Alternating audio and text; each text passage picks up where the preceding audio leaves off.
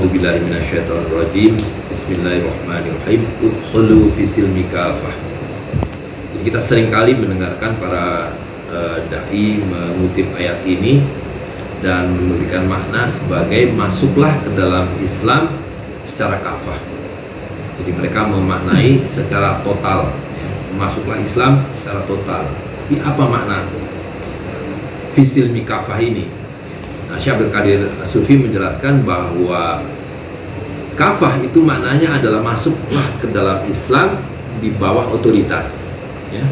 Jadi ini sangat penting kita pahami kembali hari ini, karena hari ini Islam hilang karena hilangnya otoritas, ya. Dan ini terkait dengan ayat yang lain yang juga sangat populer, yaitu ati'u wa ati'u rasul wa ulil amri minkum. Taatilah Allah, taatilah Rasul, dan para pemimpin di antara kamu. Nah, hari ini umat Islam juga tidak mengerti dengan ayat ini, ya, bahwa ketaatan kita hanyalah kepada Allah, kepada Rasul SAW melalui para ulil amri. Gitu. Karena makna ulil amri hari ini sudah tidak dipahami, karena prosedur dan proses umat Islam menjalankan kehidupannya sudah tidak lagi mengikuti apa yang disunahkan oleh Rasul SAW dan dilakukan oleh umat Islam dari generasi ke generasi, yaitu hidup dalam amr, bersama-sama dalam satu jamaah, ya. Dan karena itu, nah, ini ayat yang ketiga yang saya ingin sampaikan, yang juga dipakai oleh Sultan Husain Hud di dalam koin dinarnya, yaitu wa'tasimu bihablillah jami'an. Wa'tasimu bihablillah jami'an, berpegang teguhlah kalian pada tali Allah secara berjamaah.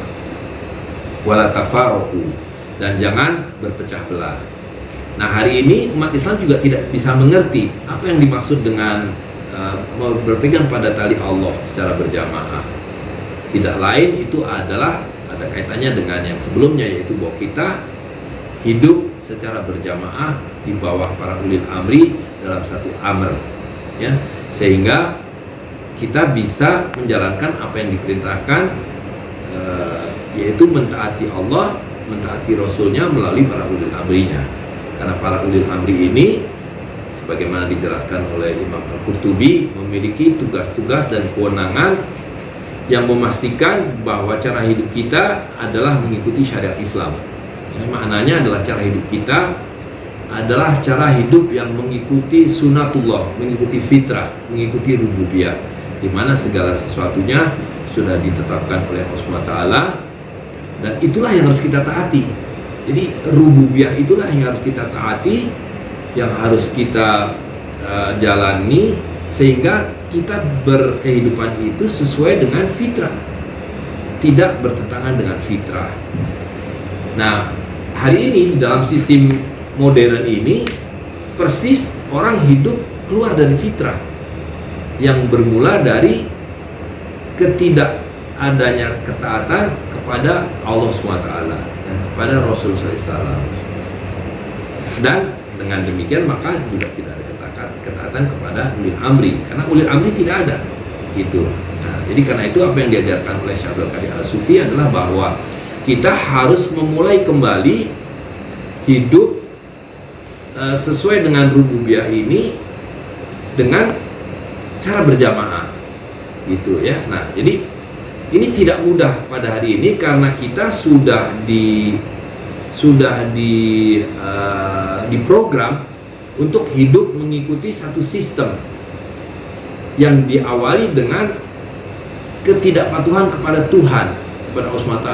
Karena manusia modern mengatakan bahwa kita sudah punya nalar, punya cara sendiri, dan karena itu kita bisa membuat model kehidupan sendiri, ya, yang kita tahu kemudian bentuk solid dari sistem buatan manusia ini tidak lain adalah sistem riba.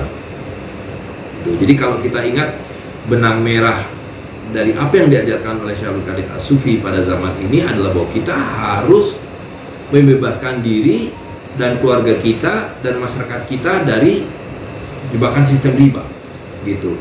Dan tidak lain caranya adalah dengan kembali mentaati Allah SWT dan Rasulnya, maknanya adalah kita mengikuti risalah yang dibawa oleh Rasulullah SAW. Karena kita tahu bahwa sebelum risalah Islam ini ada risalah-risalah lain, ya, yang paling pokok diantaranya adalah yang sangat dominan kontras terhadap Islam adalah yang disebut sebagai risalahnya para ahli kitab, yaitu risalahnya yang semula dibawa oleh Nabi Musa dan yang kemudian yang kedua dibawa oleh Nabi Isa. Tapi kita tahu bahwa dua risalah sebelum risalah terakhir dari Rasulullah SAW sudah menyimpang, ya. Jadi kita tahu bahwa penyimpangan ini bermula dari penyimpangan atas tauhid dan kemudian penyimpangan atas hukum yang ditetapkan oleh Allah SWT. Nah, risalah yang terakhir yang Syekh Qadir jelaskan pada kita dengan ditetapkanlah kiblat yang baru bagi umat Islam dari Masjidil Aqsa ke Masjidil Haram, itu menutup seluruh risalah sebelumnya dan hanya tinggallah risalah yang dibawa oleh Rasulullah SAW.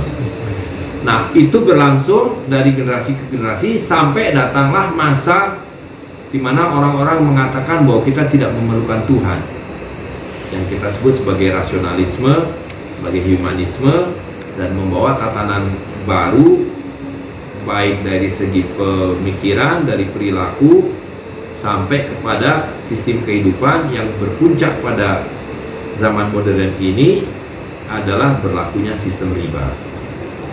Nah, tetapi kehidupan tidak berlaku linier, dan Syekh Qadir sudah selalu menjelaskan pada kita bahwa dengan mengacu pada Ibnu Khaldun, pada Polybius dan sebagainya, bahwa kehidupan itu mengikuti siklus, dan ketika satu peradaban sudah mencapai puncaknya, maka dia akan tinggal menuju pada keruntuhannya, karena dari waktu ke waktu satu peradaban itu tidak akan menjadi lebih baik dari peradaban sebelumnya.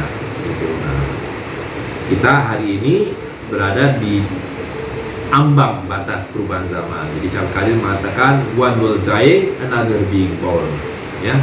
Jadi yang dalam proses kolaps dan mati itu adalah humanisme dengan model negara fiskalnya. Maka kata Syekh Qadir, kaum muda Islam ini harus bersiap untuk menyongsong zaman baru yang akan hadir kembali, yaitu zaman yang didasari pada tauhid, ketaatan kepada Tuhan, karena humanisme sudah mentok, ya. Sudah terbukti 300 tahun 400 tahun terakhir peradaban modern yang mengandalkan pada nalar ini gagal mensejahterakan umat manusia, gagal membawa manusia kepada kebaikan-kebaikan. Nah, karena itu 3 ayat yang tadi saya sipir itu harus kita pahami sebagai satu kesatuan, bahwa kita hidup berjamaah di bawah para amir, menjalankan risalah yang dibawa oleh Rasulullah SAW dalam ketaatan dan kepatuhan, dan dalam rangka menyongsong nomos yang baru, kehidupan yang baru, yang sudah kita lihat tanda-tandanya bahwa sistem yang berlaku selama 300 tahun terakhir ini dalam proses kolaps.